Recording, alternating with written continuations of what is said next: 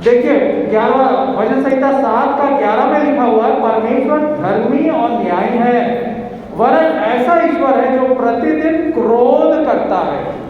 हमने बाइबल में कई पहलुओं को देखा है। परमेश्वर प्यार है, प्रेम करता है, अनुग्रहकारी है, विलंब से क्रोध करने वाला है।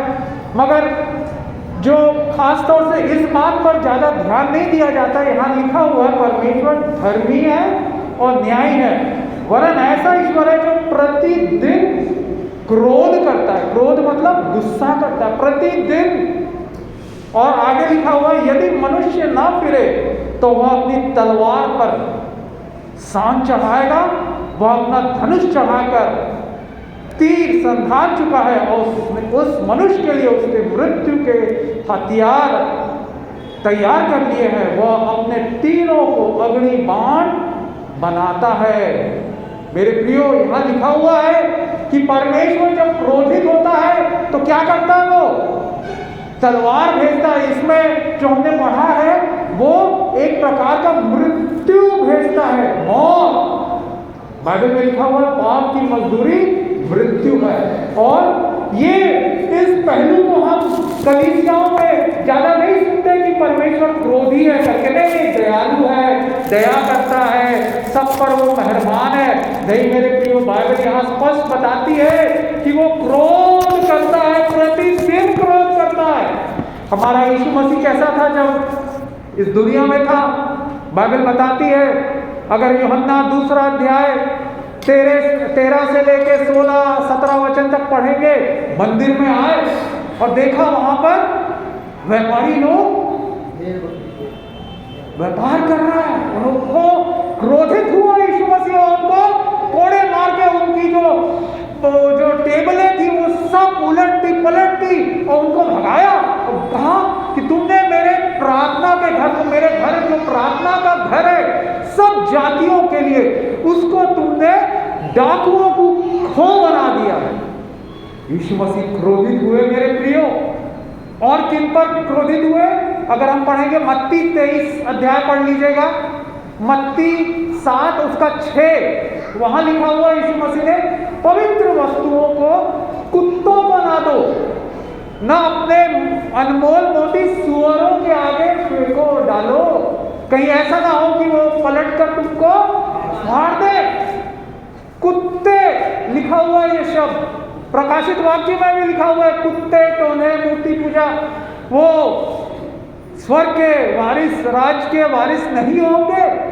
सदूकी फरीसियों को क्या कहा? मत्ती 23:33 में, हे सांप के बच्चों, कैरात के संतानों।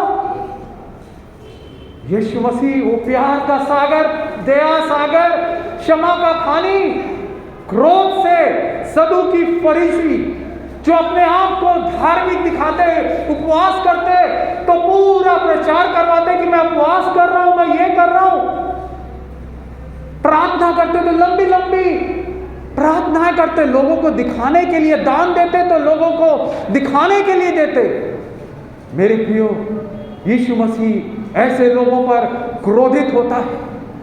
और ये मृत्यु का अधिकार कैसे आया? एक और सुंदर वचन है जो नहूम की किताब में पाया जाता है। नहूम 1 अध्याय 6वां वचन, परमेश्वर के बारे में कह रहा है। नहूम 1 अध्याय 6वां वचन, उसके क्रोध का सामना कौन कर सकता है, और जब उसका क्रोध भड़कता है तब कौन ठहर सकता है? उसकी जलजलाहट आग के समान भड़क जाती है और चट्टानें उसकी शक्ति से फट फट कर गिरती है। चट्टानें, बड़ी बड़ी चट्टानें उसके क्रोध के सामने सामना कौन कर सकता है? जब उसका क्रोध भड़कता है कौन ठहर सकता है? मेरे प्रियो, हम देख रहे हैं ना, अभी हमने 25 तारीख को यहाँ क्रिसमस मनाया, कितने पूरी कलीसिया दुनिया भर की सब नाचे गाए, सेलिब्रेट किया। यीशु मसीह आए और उसके दूसरे दिन से 26 जनवरी से तीसरी लहर चालू हो गई। आज भी कई लोग मर रहे हैं। क्यों? मम्मी बोलने लगी परमेश्वर जरूर क्रोधित है।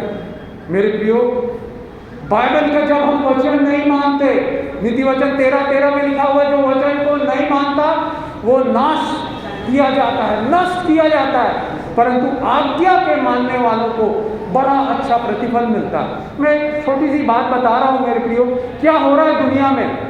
अगर बाइबल में पढ़ेंगे व्यवस्था 11वां अध्याय और उसका 19वां वचन, व्यवस्था 11वां अध्याय में दिया हुआ है कि शुद्ध और अशुद्ध पशु पक्षी के बारे में क्या खाना है हमको, ठीक है। व्यवस्था विवरण 14 अध्याय में भी पूरा दिया हुआ है क्या क्या खाना है, कौन कौन से पशु को खाना है, कौन कौन से मछलियों को, कौन कौन से पक्षियों को खाना है, ठीक है। आप पढ़िएगा व्यवस्था 11-19, व्यवस्था विवरण 14-18, वहां दिया हुआ है चमगादड़ वो सब नहीं खाना। परंतु चाइना में क्या हो रहा है, चीन देश में बोलते हैं, अधिकांश लोग बोलते हैं कि ये कोरोना वायरस जो है वो चीन देश से आया है, चाइना से आया है। और वहां पर मैं जिस कंपनी में काम करता था, मेरे सुपरवाइजर कंपनी विजिट के लिए वहां गए चाइना, वो बता रहे थे वहां पर लोग चींटियों को खाते हैं, मकड़ी है ना, स्पाइडर, मकड़ा, उसको खाते हैं, कॉकरोच खाते हैं और टिड्डियां खाते हैं, चींटियां खाते हैं, चमगादड़ खाते हैं।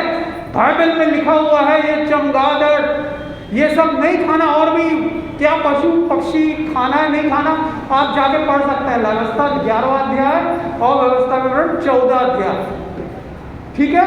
मगर मान नहीं रहे तो हम देखते हैं कि नया नया वेरिएंट आ रहा है। अभी और 2-3 दिन पहले आया एक नया वेरिएंट आया, नियोको करके, चाइना से डिस्कवर हुआ कि वैज्ञानिकों ने वहां देखा कि एक नया वेरिएंट है कोरोना का, और उसमें से 3 जन में से जो ग्रसित होता है उसमें से एक मर जाता है। मेरे प्रियो, परमेश्वर की आज्ञाओं को नहीं मानने से नाश हो रहे हैं। परमेश्वर क्रोधित है, उसके क्रोध को ठंडा करने के लिए क्या करना चाहिए। दूसरा इतिहास 7वां अध्याय और 14 वचन में दिया हुआ है, वहां दिया हुआ है, यदि मेरी प्रजा के लोग दीन होकर मुझसे प्रार्थना करें, है ना, अपना मुख मेरी ओर करें, मुझको ढूंढे और अपनी बुरी चाल से फिरे, वापस लौटे, तब कहता परमेश्वर मैं उनकी प्रार्थनाओं को सुनूंगा। आप सोच रहे होंगे, तो मैं ये सोचता हूं भाई हम मनुष्य हैं, संसार की इतनी ढेर सारी कलीसियां, इतने प्रार्थना योद्धा, भविष्यवक्ता प्रार्थना कर रहे हैं कोरोना वायरस जाए जाए, रोज हर संडे को, क्यों नहीं जा रहा है। परमेश्वर की आज्ञाओं को नहीं मान रहे मेरे प्रियो। एक व्यापार बना दिया है, जो विश्वासी कहलाते हैं उसमें से कई कलीसियाओं में सदूकी फरीसी है, बाहर से आपको धार्मिक है परंतु अंदर से चुना पुती हुई कब्र, जो यीशु मसीह ने कहा मत्ती 23 में, वो चुना पुती हुई सफेद दिखती है, सफेद चुना अच्छा दिखता है, परंतु अंदर जो है सड़ाहट भरी हुई है। मेरे प्रियो, आज अपने आप को जांचे, क्या हम बुरी चाल चल रहे हैं, क्या हम परमेश्वर की आज्ञा को नहीं मान रहे, उसके वचनों का पालन नहीं कर रहे। जांचे अपने आप को, बुरे कामों से फिरेंगे तब हमारी प्रार्थना सुनी जाएगी। नीति वचन 15:8 में लिखा हुआ है कि जो दुष्टों के बलिदान से यहोवा घृणा करता है, दुष्ट लोग चाहे कितना भी बड़ा बलिदान चढ़ा दे, परमेश्वर की दृष्टि में घृणित है, परंतु धर्मियों की प्रार्थनाओं को सुनता है। क्या बात है, कलीसिया कोई प्रार्थना है, वो मीटिंग्स हो रही है, 300 दिन हो गए, 500 दिन हो गए, लगातार रोज उपवास प्रार्थना, नाइट प्रेयर्स, रात की प्रार्थना, क्यों नहीं सुन रहा है। बुरे कामों से मन फिराना है। आज भी हम देखते हैं, नया साल जब आया, 31 की रात लोग नाच रहे हैं, गा रहे हैं, ड्रग्स की पार्टी, ड्रिंक की पार्टी चल रही है। कलीसियाओं में क्या हो रहा है, मीटिंग्स को आयोजित कराना, रैली निकालना एक व्यापार बना दिया है, पैसे कमाने का। टूर तीर्थ यात्रा में वहां व्यापार बना दिया है, सब अभी रुक गया। सीमाएं लगा दी गई, लिमिटेशन, रेस्ट्रिक्शंस लगा दिए गए, और कलीसिया, चर्चेस, पूरी दुनिया भर की भविष्यवक्ता बड़े बड़े प्रार्थना कर रहे हैं, अरे कोरोना महामारी को दूर कर। एलिया ने प्रार्थना की, पानी ना बरसे, और उसके बाद जब उसने प्रार्थना की, पानी वापस बरस गया, गिर गया। तो आज भी मेरे प्रियो, यदि हम चाहते हैं हमारी दुनिया, हमारे परिवार हमको आशीष मिले, अपने बुरे कामों से हमको फिरना है। दूसरा इतिहास 7:14 के अनुसार हम तो उससे प्रार्थना कर रहे हैं, दीन होके, उपवास रख के उसको ढूंढ रहे हैं। कलीसिया में आप लोग आए हैं यहाँ पर उसको ढूंढने के लिए, परंतु हमारी चाल क्या है, हमारे काम कैसे हैं? प्रकाशित वाक्य 22वां अध्याय में आप पढ़ सकते हैं, आखिरी जब न्याय होगा, हमारे कर्मों के अनुसार प्रतिफल मिलेगा हमको। क्या काम किए हैं, कैसे प्रकार के काम किए हैं मेरे प्रियो। इसलिए जांचें आज, क्या हमारे काम भले काम है या दुष्ट काम है, या क्या हम सदूकी फरूसी है, दुनिया को दिखाने के लिए, लोगों को दिखाने के लिए दान देते, प्रार्थना करते? नहीं मेरे प्रियो, बुरे कामों से फिर के महामारी को दूर करे, खुद भी आशीषित हो, दूसरे भी आशीषित होंगे। आमीन।